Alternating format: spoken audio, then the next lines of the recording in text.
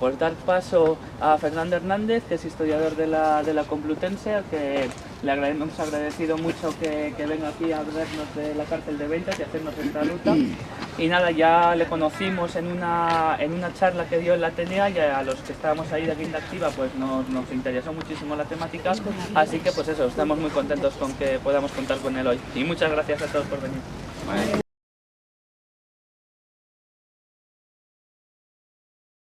Necesitamos, eso sí, que conectéis, si es posible, si tenéis ahí móviles o tablets, pues meternos en la página web de carceldeventas.org. Están con nosotros, está Lourdes, hola, madre, aquí está, y luego está Pilar, Teresa, y sus madres estuvieron, ¿no? La madre de Pilar, la tuya también, ¿no? Teresa. De Teresa, la tuya también. Sí. Estuvieron en Ventas en los años 40, 39, 40. 39. Entonces también es interesante que nos aporten un poco esas informaciones transmitidas por sus madres, ¿no? Y igualmente cualquier persona que tenga algo que comentar, etcétera, pues vamos adelante, ¿no? Bueno, si os vais a un apartado dentro del menú que se llama el edificio,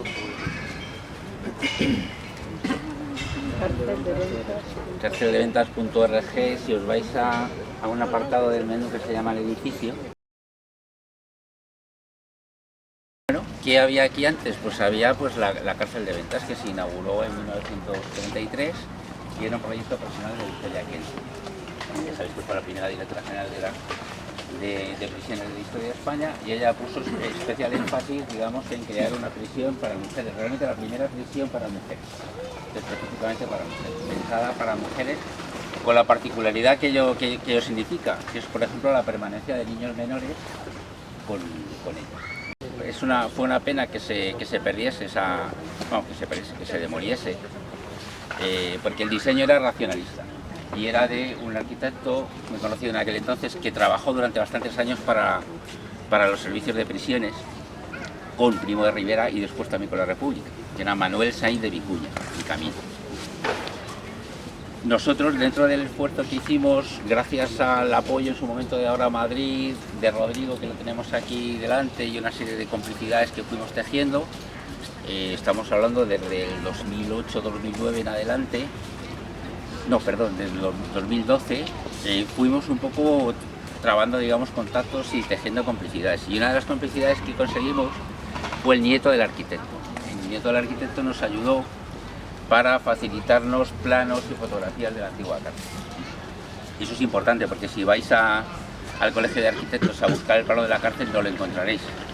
Nosotros nos preguntamos por qué es eso, pues porque al ser tan delicado el plano de la prisión, tenía, digamos, implicaciones políticas, no estaba de acceso tan libre como al resto de los planos. Y gracias a Manuel Sainz de Vicuña y Melgarejo, que es el nieto del arquitecto, pues pudimos acceder a esas fotografías y las colgamos allí. ¿De dónde partía Victoria Kent cuando formula, digamos, ese proyecto, concibe ese proyecto de creación de una prisión de modelo de mujeres? Parte del conocimiento que tenía de las prisiones antiguas de mujeres.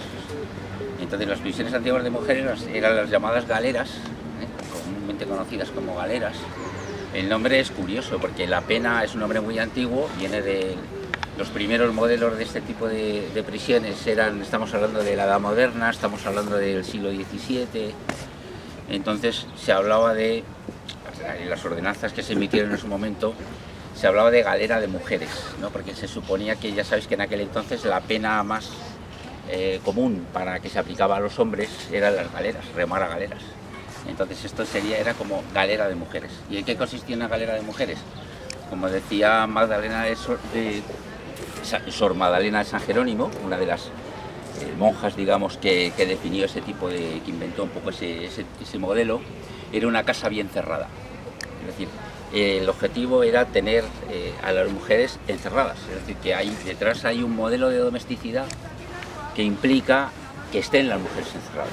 Fijaos que en aquel entonces los hombres, cuando penaban un delito, pues lo hacían remando en las galeras, o podían hacerlo posteriormente en presidios, trabajando en presidios, en arsenales, muchas obras al aire libre, las minas de Almadén, por ejemplo, que eran durísimas y que además entrañaba también unas enfermedades tremendas, Bueno, pues frente a ello se concibió el modelo de castigo, digamos, para las mujeres, era el encierro cuanto más rígido posible. Una disciplina muy estricta, rezos constantes, es decir, hay una disciplina de rezo. El capellán tiene una función importantísima en la cárcel, y luego una disciplina también de trabajo de costura. Es decir, se suponía que las mujeres se redimían, ¿no? Las mujeres que habían pecado, había una cierta confusión entre pecado y delito, y se redimían cosiendo, ¿no? Yo os voy a contar, o sea, estoy aquí haciendo como de intérprete, de exégeta, ¿no? Y claro, la cárcel, por ejemplo, que había una cárcel muy famosa, que todavía sigue existiendo en el edificio, una galera, perdón, muy famosa, era la Penitenciaría Central de Alcalá de Henares. Ahí confluían mujeres a cumplir su pena, de mujeres de toda España. Y en Alcalá de Henares se conserva, lo que pasa es que no sé si la han convertido, si alguien sabe algo, en un hotel o no sé, parte creo que está bastante destartalada. Y la de Madrid era, no sé si conocéis, seguro que conocéis, la iglesia de Montserrat, en la calle San Bernardo. La parte de atrás era precisamente la cárcel provincial de Madrid, la galera, digamos, de Madrid. Hay fotografías sobre la galera y si queréis, ahora vamos a cambiar de imagen, entonces nos vamos a ir a historia y le dais a ampliar, digamos. O sea, saldrá una foto y una frase, pero a ver si funciona, espérate que... Es 1930, efectivamente, el que pone las antiguas galeras de mujeres. Entonces, si curioseáis por ahí... Miguel, me vas enseñando tú lo que vas viendo, ¿vale? Sí. Una orden religiosa femenina que se había instalado en aquel entonces, último tercio del siglo XIX, en múltiples ámbitos, asistencialistas, hospitales, colegios, etc.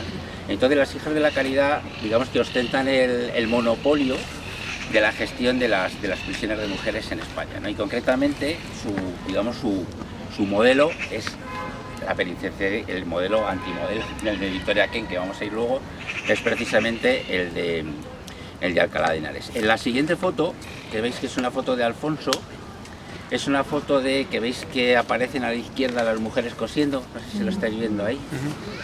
Veis que esa foto es interesante porque aparece un poco la estructura, digamos, fundamental de una galera.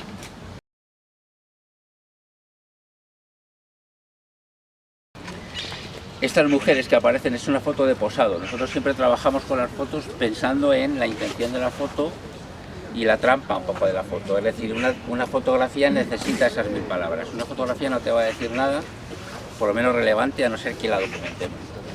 Entonces ahí, por ejemplo, sale, al fondo sale la hija de la caridad, que está al fondo, pero que es realmente el personaje clave, con la toca esta que veis de las alas. A la izquierda aparecen las mujeres, pero claro, se aparecen con máquinas de coser, seguramente las han puesto en primera línea para representar o proyectar una imagen de qué bien, qué mecanizadas estamos y qué bien estamos. Capellán, que es el que regía un poco esa disciplina de rezos que comentaba antes. Bueno, si vamos bajando un poquito más, veréis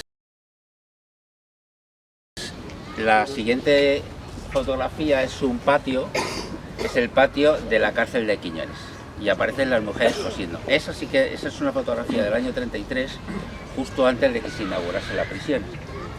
Esta es una fotografía muy interesante porque procede de un reportaje de Magda Donato, que era la hermana de Margarita Nelken, que se coló en la prisión de Quiñones para hacer un reportaje. Estas cosas que se hacen ahora, que parecen como muy modernas, pues ya se hacían en los años 30. Es decir, había un periodista que se hacía pasar por pordiosero y se iba por los bajos fondos de Madrid, se metía en los comedores populares y tal. Y había periodistas muy avezadas, en este caso mujeres muy avezadas, como Magda Donato, que se metieron ahí en la cárcel de Quiñones. Evidentemente había una complicidad detrás que hace más interesante el tema. Pero así es como se explica un poco esa fotografía. Y esa fotografía sí que nos ilustra sobre la realidad. Porque además, fijaos que las mujeres se tapan la cara, intentan taparse la cara para no salir en la foto. Y esa sí que es la realidad más habitual de las prisiones, de las galeras. Es decir, mujeres trabajando generalmente en el patio y trabajando continuamente dentro de esa disciplina, digamos, de costura que les imponían las monjas. ¿De acuerdo? Veis que se sacan sus sillitas de Enea, se sacan la labor y están ahí constantemente trabajando. Esto también es interesante porque rompe con una imagen muy común que se tiene en las cárceles, como que no se hace nada en las cárceles, que lo peor es el ocio. En el caso de las prisiones de mujeres, continuamente estaban trabajando. La foto que tenéis abajo es especialmente interesante y está tomada en el patio de la cárcel de Quiñones en el año 33, también antes de que se inaugurase la cárcel de Venta. Claro, Quiñones era un edificio del siglo XVIII, vetusto, con superpoblación, digamos, de presas, etc. ¿no? Las condiciones eran bastante malas y eso era lo que estaba denunciando Magda Donato cuando se metió en Quiñones, ¿no? Y esta foto es muy interesante porque está titulada, es una foto de Santos Lluvero. Parece que es de Santos Lluvero, espera, a ver si... Creo que es de Santos Lluvero, si me equivoco, lo corriges. Fijaos un poco en estas calas y en estas... Esta es una foto muy interesante. La tenéis, bueno, si no la podéis ampliar me parece, en todo caso la tenéis todavía más abajo, ¿no? Más abajo tenéis más fotos, ¿no? Se llama Quincenarias. Esta foto está titulada Quincenarias. Entonces, Quincenarias, no sé si alguien sabe qué significa esto. Estas mujeres, os adelanto que eran presas comunes. ¿Y a alguien le suena esto de Quincenarias, quizá? 15 años de que, bueno, algunas tenían más edad y algunas quizás que tenían niños pequeños también. Bueno, Laura, lo sabes, ¿quieres explicar? Laura, que te veo especialista. Es un apuro. Bueno, las quincenarias eran básicamente mujeres que habían sido detenidas ejerciendo la prostitución, normalmente pues fuera de los horarios estipulados o en la calle. Y digamos que la forma de sancionarlas era bien a través de una multa, o si no podían pagar la multa, pues con un arresto breve en prisión. Entonces, ¿qué ocurre? Pues que el arresto típico duraba 15 días, de ahí el nombre de quincenarios. Se les apodó así, de hecho Dolores Ibarruri, ¿no, Fernando? Sí. En su libro habla de las quincenarias, que coincidió con ellas precisamente aquí en Quiñones. Claro, muy bien, pues eso, lo has explicado perfectamente, quincenas, ¿no? Es pagar la quincena, es decir, no podías pagar la multa, lo pagabas en forma de 15 días. Lo curioso es muy interesante señalar este caso porque fijaos que estas mujeres están en un ángulo muerto de la historia, es decir, tenemos referencias suyas, al contrario que las presas políticas, que luego vieron valorizada su experiencia, ¿no? Y que pudieron escribir memorias, les hicimos entrevistas, a estas mujeres tenían el estigma. Estas mujeres realmente no conservamos prácticamente ninguna memoria, ningún escrito autobiográfico de ellas. Y quedan, las referencias que tenemos son indirectas, porque como bien decía Laura, cuando Dolores Ibarruri estuvo encarcelada en Quiñones y luego volvió a estar aquí en Ventas, pero ella hablaba de estas mujeres, ¿no? Pero claro, siempre es a través de testimonios indirectos, en este caso el de una presa política. Que estuviesen 15 días no significa que estuviesen poco tiempo, podían estar muchísimo tiempo, años y años, pero siempre en arrestos muy cortos, fijaos que no estaban procesadas, no estaban juzgadas, pero aún así estuvieron durante mucho tiempo en la cárcel, muchos de ellos, varios años, en ocasiones 10 y hasta 15 años. Fijaos, esto es muy curioso porque también esto es una realidad que nos ha servido también, o sea, la cárcel de Venta nos sirve para hablar de un montón de cosas, no solamente de las presas políticas, también podemos hablar de las presas de derechas cuando llegue lo de la guerra civil, etcétera. Es un complejo, digamos, es un complejo histórico, ¿no? Muy interesante con muchísimos aspectos, ¿no? Y uno de ellos es este de la prostitución ilegal. Una particularidad también es que la reglamentación, es decir, la prostitución prácticamente nunca fue prohibida, estaba reglamentada. Y estaba reglamentada a través de reglamentos municipales desde mediados del siglo XIX. Entonces, fijaos, podemos encontrar quincenarias desde mediados del siglo XIX, todo el resto del siglo XIX, muchas de las mujeres que estaban en la penitenciaria central de Alcalá eran quincenarias, las que estaban en Quiñones, muchas de ellas que salen en la foto, pero luego también durante todo el siglo XX hasta los años 70 podemos encontrar ese tipo de arrestos. Entonces, fijaos que larga duración, digamos, de encarcelamiento nos encontramos aquí. Entonces también es muy interesante pensar en esa clave, no analizar Ventas solamente como una prisión de presas políticas, sino ver un poco los distintos perfiles que tenemos allí. Bueno, aquí podéis ver un poco las fotografías. Vamos a pasar, si te parece, Miguel, a la siguiente, que es dentro del menú. Vamos a lo de Victoria Kent. que es octubre del 31. Esa realidad es sobre la que incide Victoria Kent. Victoria Kent era abogada y había conocido las prisiones de mujeres en las galeras del pero dentro del sentido de las visitas. Entonces, ¿qué es lo que hace? Ella se propone, cuando es nombrada en la primavera del 31, directora general de prisiones, ella se propone acabar con esto. Y se va a proponer hacerlo acabar con ello de dos maneras. Una es crear una prisión modelo, digamos, con un carácter humanitario, es decir, no las condiciones en las que estaban trabajando las mujeres, sino mejorarlas, y para eso va a recurrir al arquitecto que os comentaba antes, a Manuel Saguer Vicuña, con un diseño innovador, racionalista, etcétera. Y la otra forma es, claro, la cárcel va a tardar en inaugurarse, desde que es concebida hasta que se compran los terrenos, etcétera, pues van a pasar bastante tiempo. Se inaugura en septiembre del 33. Y la otra manera que tenía es crear un cuerpo especializado de funcionarias de prisiones. En vez de las monjas de la caridad, crear un cuerpo especializado. Y entonces, lo que hace, vamos a ir siguiendo un poco en esta entrada, ¿ves? La primera piedra, si bajáis un poco en la entrada, por las ilustraciones, ¿veis? Luego también hemos recogido prensa de la época, que podéis también curiosearla. Gracias, Miguel, que estás aquí con la mano extendida. Y luego tenéis aquí un metraje que nos ha facilitado la Fundación Niceto Alcalá Zamora, que es el discurso de nombramiento de Victoria Kent, que es muy interesante, que sí, hace pocos años que se ha rescatado, ¿eh? Pertenecía a Fox Moviton, que era, digamos, una cadena, de una broadcast famosa, británica, y entonces a partir de ahí podemos escuchar a Victoria Kent, etcétera, y eso es muy interesante. Bueno, aquí es cuando la toma de posesión, veis que hay una serie de recortes, se le concede mucha importancia porque de alguna manera el proyecto de Victoria Kent simboliza esos nuevos aires renovadores de la República. O sea, Victoria Kent se convierte un poco casi en un epítome de esa modernización, de ese proceso de modernización y humanización también del proyecto republicano. Sí, las nuevas funcionarias, aquí dentro de la historia. Entonces esta es la segunda pata del proyecto de Victoria Kent, ¿no? Gracias, Miguel. Entonces ahí veis un poco cuál era el objetivo de Victoria Kent, es decir, crear un cuerpo especializado. En las prisiones de hombres había cuerpos especializados, pero era gente muy mal preparada y generalmente venía del ejército. Los primeros funcionarios de prisiones estaban muy relacionados con el ejército.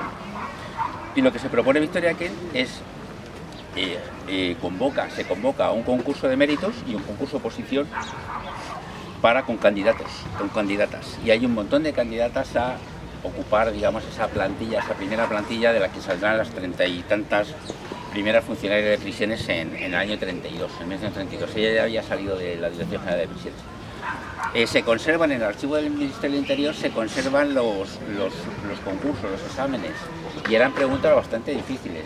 Y además tenían que tener un título universitario, con lo cual las primeras funcionarias de prisiones no tenían nada que ver con los funcionarios masculinos, o sea, eran mujeres muy preparadas. Esta es una foto muy bonita, esa que veis aquí, porque es la fotografía en la que aparece Victoria Kent, que estáis viendo ahí con las mujeres, y son las primeras que aprueban la posición. Gracias un poco al proyecto de ventas, lo que hemos podido hacer, y es muy interesante, es que la gente nos escriba para aportar familiares o para incluso reconocer a sus familiares. Entonces hay una señora en primera fila que aparece a la derecha, que aparece con un gorro negro, los ojos un poco saltones. Esa señora era precisamente Rosario Delgado de Hierro, que es la tía abuela de una persona que se puso en contacto con nosotros y que a partir de ahí escribió una novela, y luego si me sale el nombre os lo contaré, una novela interesante, una novela histórica sobre ella. Entonces, y a partir de ahí, Antonio Martínez Conesa, que es el autor, que es el sobrino nieto de esa mujer, pudo reconstruir un poco también la vida de su tío. ¿Cómo? Pues buscando el expediente funcionarial, por ejemplo, en el archivo del interior, que es ese de grueso, y entonces de ahí saca, digamos, extrae toda la trayectoria. Con lo cual, esto es muy interesante porque no estamos haciendo producto académico por la web, sino estamos creando unas herramientas que nos permitan conectarnos con familiares, ofrecer un servicio a los familiares y además colaborar y digamos que enriquecer el discurso histórico, porque estos mismos familiares nos pueden aportar fotografías, archivos suyos, familiares, etcétera, informaciones que nos van a guiar en las investigaciones. pues aquí con esta, bueno, aquí tenéis unas fotos, si bajáis hasta el final veréis que esta foto es interesante porque aparece el uniforme que tenían en aquel momento las funcionarias de prisiones. Miguel, si pasas a la siguiente entrada, y la inauguración. Bueno, y veis un poco también la siguiente foto, veis que están todos los personajes que en ese momento invitan a Victoria Kent, pero Victoria Kent ya estaba fuera de la Dirección General de Prisiones. Esta es otra historia muy curiosa. El discurso humanitario de Victoria Kent pasaba por no encerrar a tanta gente en la cárcel. Y la República, en ese momento ya sabéis que se ve enfrentada a unos problemas de conflictividad obrera, etcétera, levantamientos, insurrecciones, etcétera, huelgas, que tenían que ser, según la óptica republicana de los gobernantes en aquel entonces, republicanos, pues castigada con mano dura.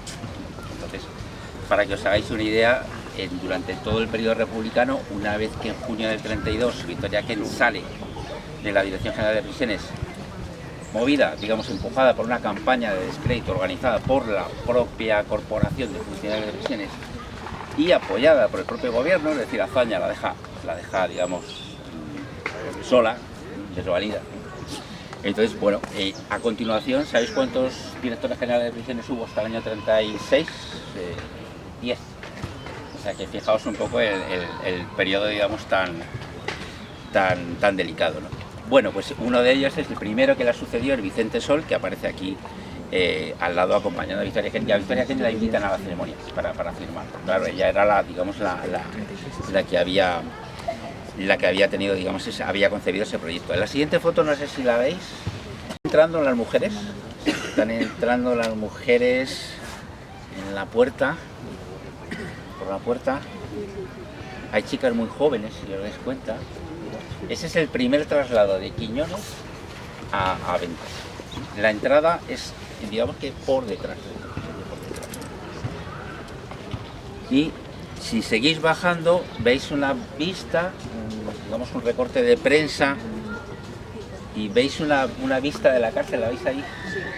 Una vista ya amplia, ¿no? Que se domina toda esta parte. Fijaos desde dónde está tomada, desde un solar. Es decir, la prisión se levanta, digamos, en el borde del Madrid construido, del entonces Madrid moderno, que se llamaba. Es decir, está en un plano inclinado, ¿no? O sea, hay una gran diferencia de desnivel entre aquella parte de ahí y aquella de aquí. No sé si os dais cuenta de ese desnivel. Eso tenía que ser salvado y eso se salvaba con un piso más. Y los sótanos, que están aquí, que luego hablaremos de los sótanos al final. Me lo recordáis, ¿vale, Rodrigo? Me lo recuerdas, que se me va a pasar. Que justamente estamos aquí encima de los sótanos. Bueno, pues entonces ahí veis perfectamente el desnivel. ¿Y qué pasa? Pues que todo esto era un descampado. Aquí esta era la última calle, que era José Náquens, que se llamaba en el tiempo de la República esa calle Rufino Blanco. Luego la nombraría, digamos, en el año 39 la nueva corporación municipal, la vencedora. En el mismo año 39 la renombraría como Rufino Blanco, que fue un pedagogo católico que fue ejecutado en Parapuellos del Jarama. Y antes se llamaba José Náquens, que José Náquens era un republicano, digamos, de estos luchadores de toda la vida, ¿no? O sea, en época republicana lo nombran con José Náquens. Y antes se llamaba Calle Nueva del Este, y aquí terminaba ya las calles. O sea que todo esto ya era descampado. O sea, esta cárcel se construye sobre un descampado, ¿no? Y esa foto está tomada, como veis, desde el descampado, desde aquí abajo. Es una foto además del momento en que todavía no se ha llenado de presas, o sea, está todavía recién construida. Bueno, si bajáis un poquito más, si en las fotos veréis una foto donde aparecen las funcionarias de la primera plantilla de ventas, con un señor gordo que está en el centro. El señor gordo es uno de los hermanos de los Machado, es Francisco Machado, hermano de José, de Antonio y de Manuel. Miguel, ¿cómo se llama el otro poeta? Manuel. Bueno, era un señor que siempre había trabajado para prisiones. O sea, hizo toda su carrera, la hizo primero con el aparato monárquico, siguió con la República, el hombre sobrevivió y siguió hasta que se jubiló digamos, en época franquista. Y es muy interesante esa foto porque veis aquí las primeras mujeres. Las primeras mujeres, digamos, de plantilla. La siguiente foto son unos niños que veis que están comiendo. Y entonces una de las particularidades de Ventas es que, si os habéis fijado en las fotografías del edificio, son ventanas muy anchas. Hubo una crítica porque decía que tenía pocos barrotes, que el barrote era hueco, y como diciendo la derecha siempre decía, ¿no? Metiéndose, no, pero que esta cárcel es de Chichinabo, digamos, esta cárcel con esos barrotes que se pueden doblar, ¿no? Entonces es muy curioso también rastrear un poco esa campaña de la derecha contra las, bueno, y por supuesto contra las funcionarias, ¿no? Imagináis cómo pusieron a las funcionarias. Marisa Vidillas, que no sé qué, que habían echado, digamos, a las hermanitas que siempre habían desarrollado una ímproba labor, etcétera. Es decir, bueno, pues entonces, si os parece, vamos a movernos, nos vamos a ir a la puerta principal y ahí vemos un poco, seguimos. Digamos, ahí estaba la entrada principal a la calle Marqués de Mondejar, que constaba de un primer cuerpo, que era el de viviendas de funcionarias, paquetes, oficinas, etcétera, y luego había un cuerpo, digamos, detrás grande, que era donde estaban los presos. Veis ahí unos camiones que son de la Guardia de Asalto. Este es un episodio interesante. Cuando, claro, la prisión de Ventas se inaugura en el año 33, pero bueno, a ver, ¿qué pasa en octubre del 34? Ahí perfectamente, ¿alguien me lo recuerda? Octubre del 34, octubre. La Revolución de Asturias. La Revolución de Asturias. Entonces, hay movimientos también en Madrid. Y entonces se encarcela a gente. Y hay mujeres, porque las mujeres están en los sindicatos y están en las organizaciones políticas. Y entonces esas mujeres son encarceladas. Y de repente, pues con las primeras presas de Ventas, que eran más bien poquitas, pues de repente crece, ¿no? Entonces, si vamos a ver, ¿dónde vamos a buscar? ¿Dónde se os ocurre que podríamos encontrar la cantidad de presas? En un sitio, en la cárcel. ¿Dónde se os ocurre que podría ser? Esto a muchos historiadores les ha costado un montón.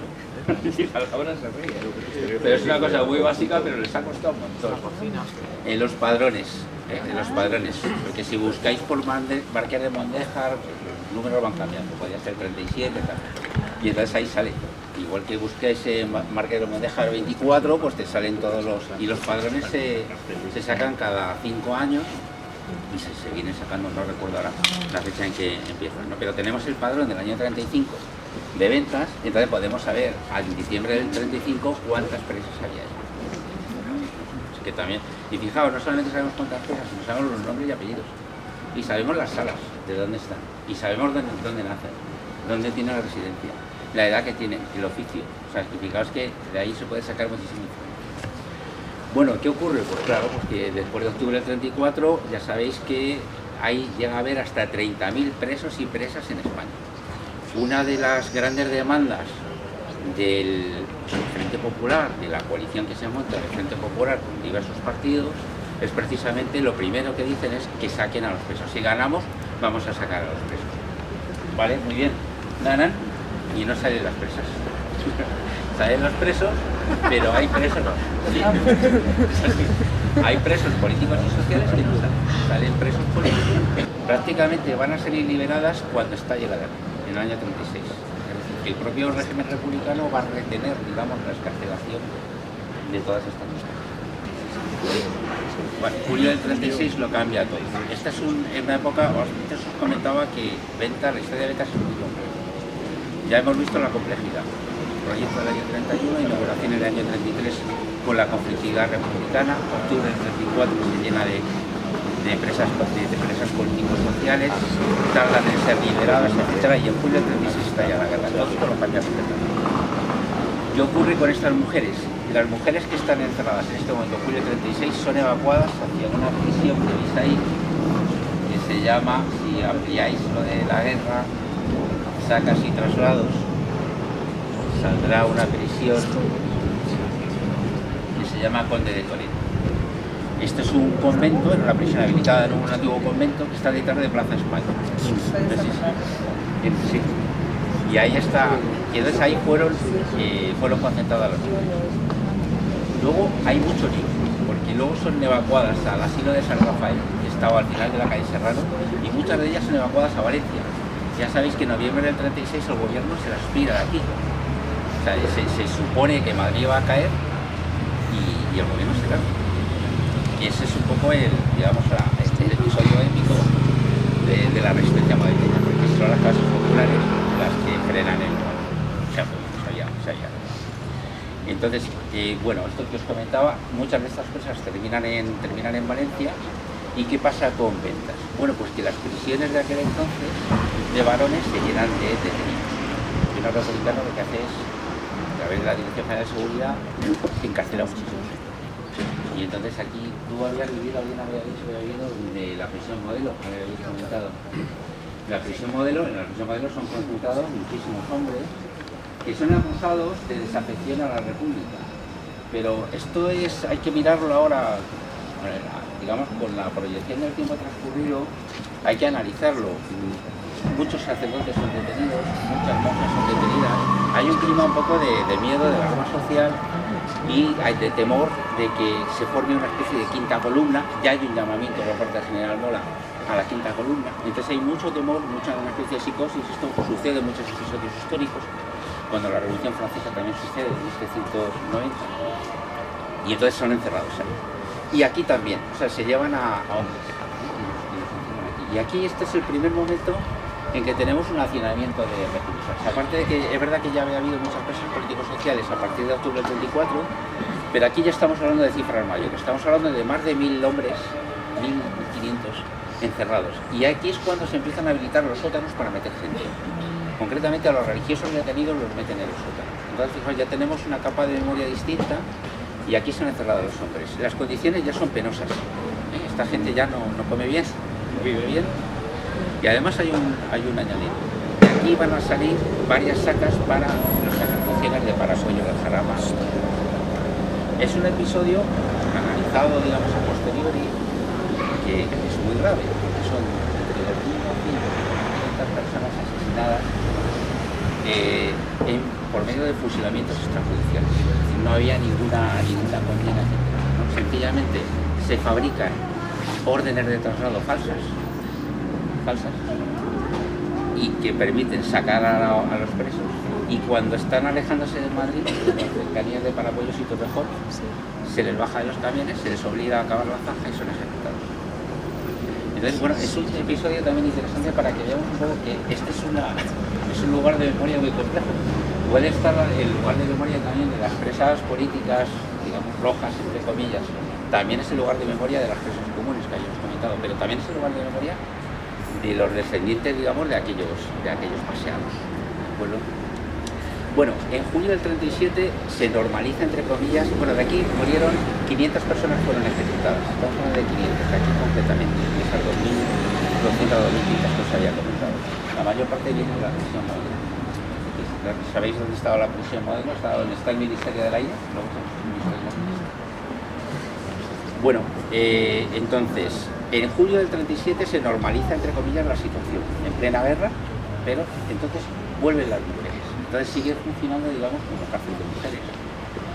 Hasta una fecha, que es el más o menos 6 de marzo del 39, a ver, ¿alguien recuerda 6-7 de marzo del 39 que pasa en Madrid? El 28 de marzo, 27, 28 de marzo cae Madrid casi de manera oficial, aunque la fecha oficial es el 1 de abril. ¿Pero alguien se acuerda qué pasa el 6-7 de marzo? ¿Se acuerda? No porque lo haya vivido, digo porque lo haya vivido. A ver, el golpe de estado de Casado, del coronel Casado, contra la República.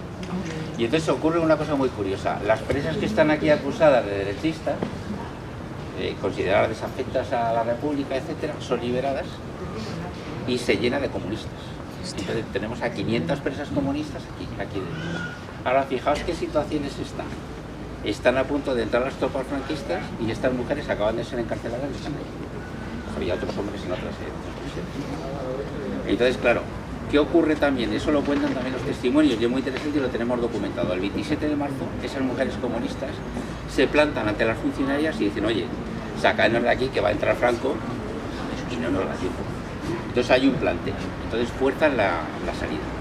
Las 500 personas y mujeres salen. Entonces conservamos en los archivos que se han conservado, tenemos los expedientes de estas 500 mujeres que salen el mismo día, el 27 de marzo.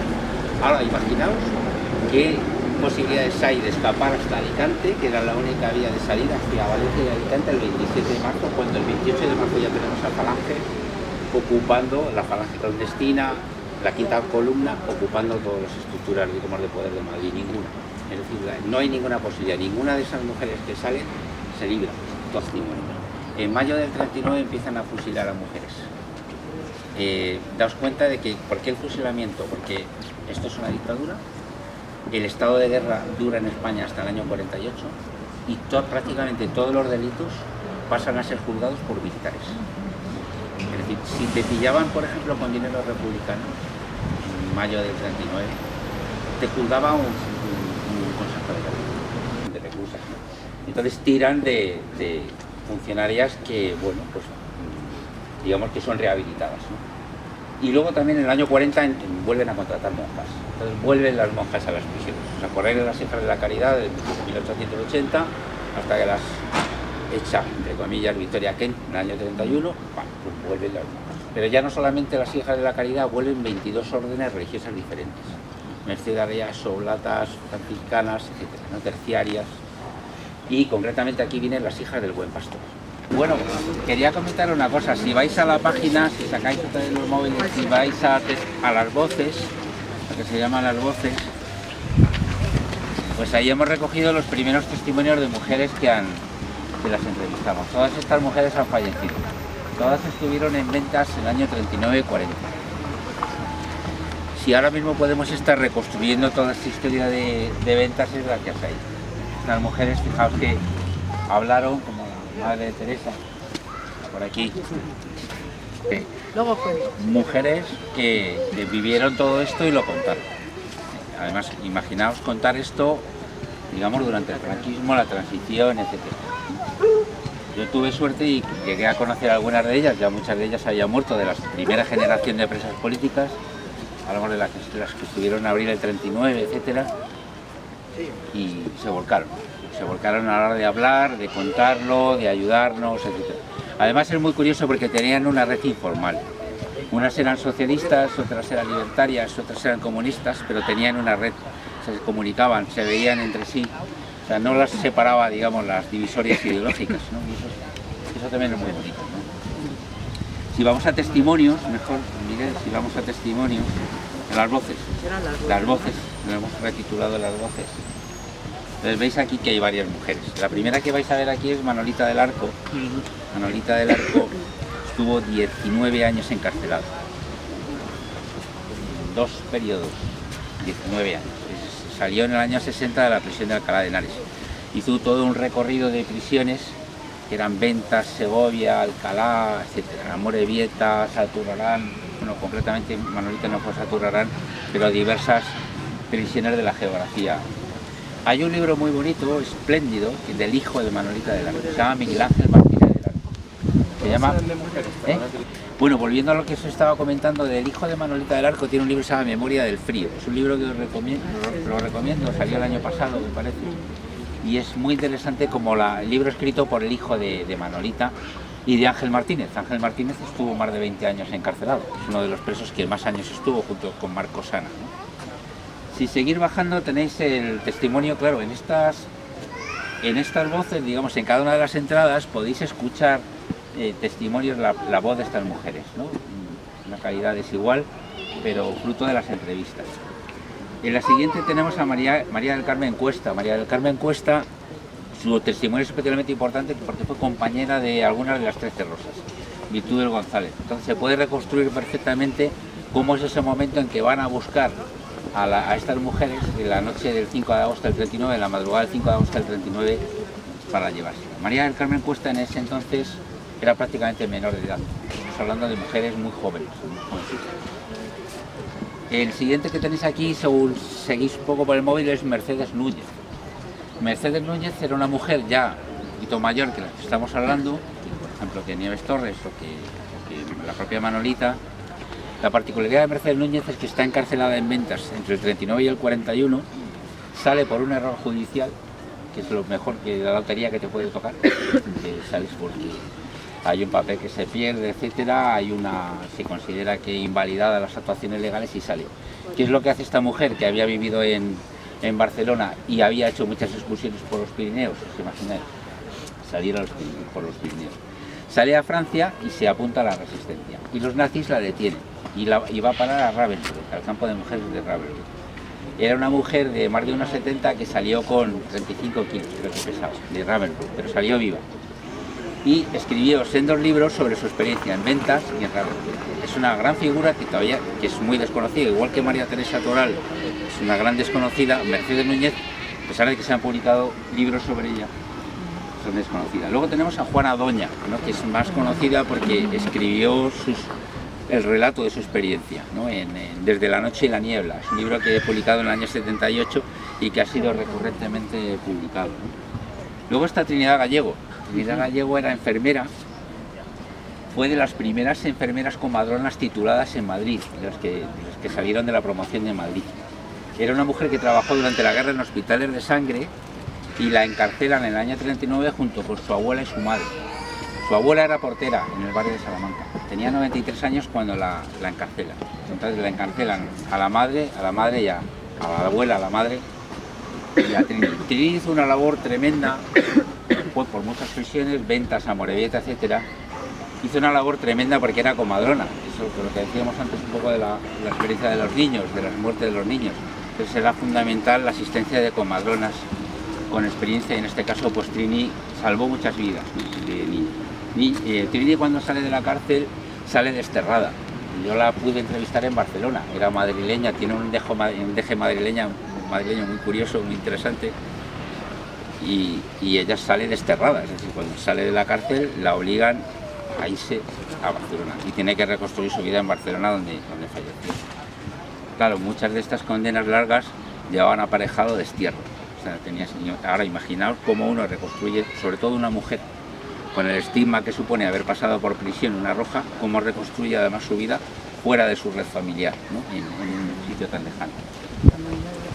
Y aquí tenéis a Ángeles Ortega García Madrid, compañera de Pacífico. Ángeles Ortega García Madrid, si pincháis en ella, Ángeles Ortega estuvo el otro día cuando presentamos la web, estuvo la hija. Era una muy joven cuando la detienen en el año 39, conocía también las 13 Rosas, era socialista, era del barrio del Pacífico. Era una socialista, digamos, toda la familia era socialista. Veis un poco, si pincháis, veis las fotografías que nos ha ido pasando, que son preciosas, son el archivo familiar, es la riqueza del archivo familiar. Las fotos importantes no solamente las tenemos en los medios oficiales, sino que también en los archivos familiares, ¿no? La visita de Ángeles fue muy jovencita, fue cobradora de tranvías. Entonces, cuando movilizan a los hombres para el frente, hay muchísimos oficios que se quedan sin mano de obra, entonces movilizan a las mujeres. Y toda esta línea que veis aquí, todas estas compañeras que aparecen, son las de la línea ventas, no sé qué era, de tranvía. Y todas eran mujeres las que trabajaban ahí, ¿la veis? Claro, la guerra civil paradójicamente supone un paso importantísimo en la emancipación de las mujeres, la emancipación laboral, es una paradoja. Pero estas mujeres entran a trabajar en un trabajo remunerado, público, pero cuenta un poco el peligro que suponía, trabajar de cobrador de tranvías. ¿Por qué? Porque te podía caer un tiro de los pacos, de la gente que estaba disparando desde las azoteas. Y ella habla, por ejemplo, de una cobradora de tranvías que resultó muerta por un disparo en la plaza de Tirso de Molina. También cuenta una cosa muy curiosa, y eran las bromas y las chanzas que tenían los milicianos, los hombres, con ellas. A nivel de quitarles la gorra, etcétera. Es decir, claro, imaginaos, estaban ahí en un oficio muy masculinizado como era este de los tranvías y estaba siendo ocupado por mujeres. Tenemos también otro testimonio, que es el de Nieves Torres, que también fue compañera de las 13 Rosas, que tenéis una colección de fotos de las otras prisiones a las que fue a parar Nieves, ¿no? Y podéis escuchar tranquilamente los cortes. Los cortes son pequeñitos, son de 2 minutos, a lo mejor de 3 minutos. Bueno, pues aquí tenéis un montón de información, pero recordad que es gracias a estas mujeres que podemos estar haciendo lo que estamos haciendo. Es decir, se han hecho tesis doctorales, se han editado libros, etcétera, pero de no ser por estas mujeres no habríamos hecho nada, Y luego también os quería comentar lo de Rodrigo, no me lo he recordado, pero ya para terminar, pero estamos encima de los sótanos. Si buscáis ahora por internet, no lo hemos enganchado todavía a la página, pero si buscáis sótanos de ventas en Google, accederéis a un PDF y entonces este es el último descubrimiento que se ha hecho con ventas. Estando la anterior corporación municipal, que le parece tan lejana a Rodrigo, como si hubiesen pasado años luz, aparte de financiar el proyecto de ventas, fijaos que aquí hay un montón de fotos que se pagaron también con dinero de la Junta de Distrito. Aquí está el mundo de las sociedades de autores, o mafias, si queréis, están grabando por aquí, de las sociedades de autores, de quién compra la foto, los derechos, hay que comprarlos, etcétera. Esas adquisiciones las hizo la Junta de Distrito, ¿no? Y también una de las cosas que financió fue una intervención arqueológica. Entonces nos metimos con ayuda de vecinos de este inmueble, conseguimos permiso de la cooperativa, pues, los dos vecinos aquí, Fernando Martínez y José Miguel Rubio, que nos ayudaron en todo esto, y entonces bajamos aquí debajo a todo lo que es los sótanos donde albergan todo el sistema de calefacción. Resulta que encontraron con arqueólogos, entonces encontraron un poco restos de los sótanos. Los sótanos están aquí debajo. Entonces podéis consultar el PDF, está toda la información, y es muy curioso porque los sótanos era el lugar, ¿os acordáis que antes os he comentado que los primeros los sótanos estaban dedicados a almacenes, no estaban concebidos por Victoria Kent para meter a mujeres? Pero los primeros habitantes de los sótanos son los religiosos de la guerra civil, de los cuales muchos terminaron allí, en Paracuellos. ¿A quién metieron seguidamente los sótanos? A muchas mujeres que no cabían, de ese primer momento del almacén de reclusas. Cuando la prisión se va descongestionando, ¿quién sigue utilizando los sótanos? Las quincenarias. ¿Recordáis que habíamos hablado de las quincenarias? ¿Por qué? Porque eran los lugares peores y para entradas de corta duración pues no las subían a celdas. Las quincenarias, y eso lo está reconstruyendo también con ayuda de Laura y más historiadoras, estamos reconstruyendo que eran, por ejemplo, estas mujeres se las utilizaban para sacar la basura, para las tareas, digamos, más desagradables, las utilizaban estas mujeres. Y estas mujeres siguieron habitando, digamos, esos sótanos, ¿no? Entonces, curiosamente, eso es, claro, es paradójico. O sea, el lugar más opaco de la prisión es el único que se ha conservado. Es una paradoja. Todo el resto ha desaparecido y lo único que se ha conservado, y que en algún momento a lo mejor se podría visitar, sería donde estamos aquí abajo, ¿no? Que era el sitio, digamos, Entonces, fijaos que las capas de memoria de la prisión de Ventas las podemos reconstruir a partir de lo de los otros. Y ya está, yo he acabado. ¿Tenéis más? Si tenéis alguna pregunta, algún comentario, Teresa también está por aquí, o Lourdes. Yo sí os quería comentar. Sí. Vamos, una pinceladita. Mi madre era socialista. Yo no sabía que era socialista porque mi madre murió muy pronto. Yo sí soy socialista, no tengo que decir a mucha honra.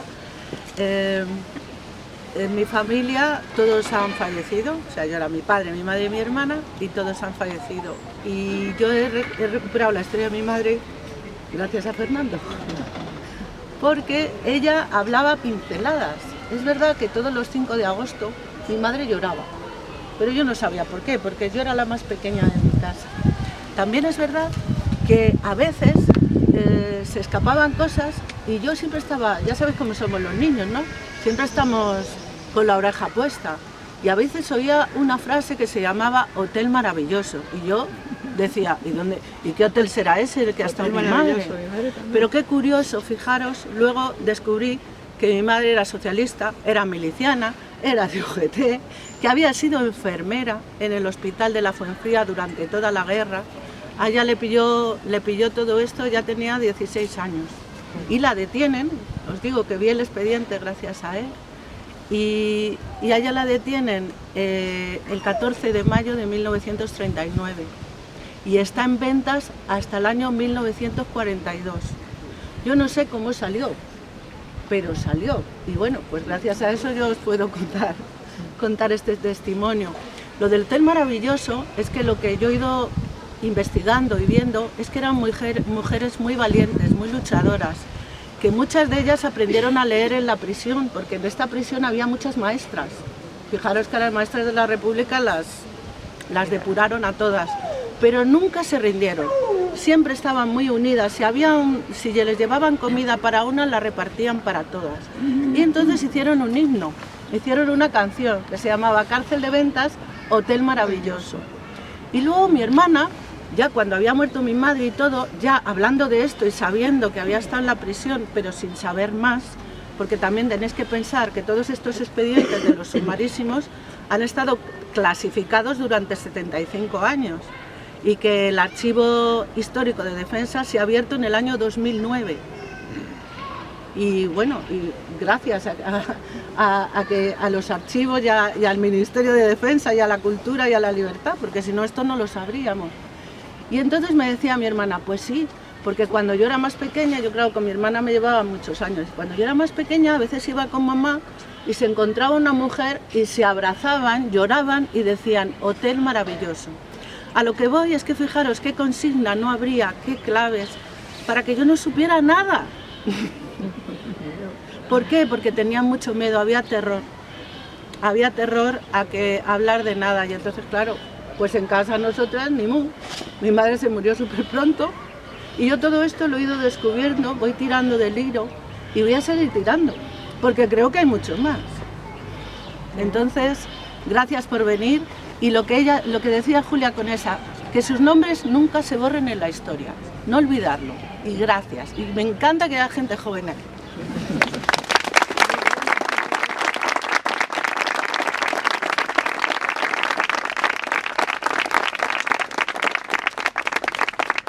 Bueno, ¿ya?